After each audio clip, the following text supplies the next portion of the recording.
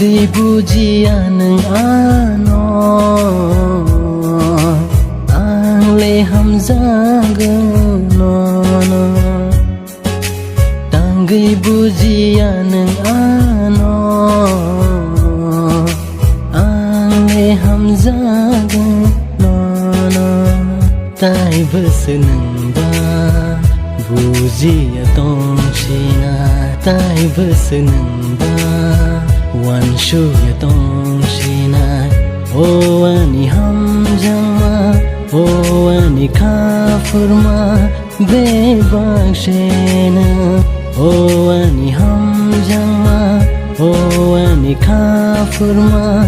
be bakshena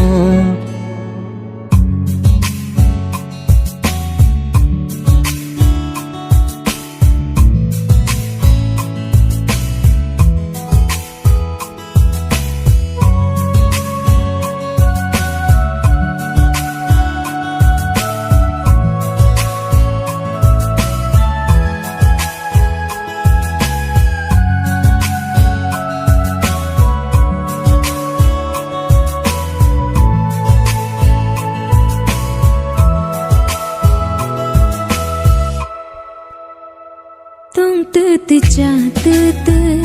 no no ang ui to mano Tong tu cha tu no no ang wan shugo Nung no ani ima Nung no ani mokha be bakshena Nung no ani ima Nung no ani mokha be bakshena No ka shomshao hera koma ani bkhao kirima fayo ani yao buin de ono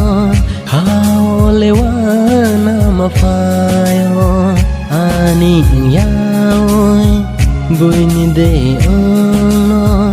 hao lewana mafayo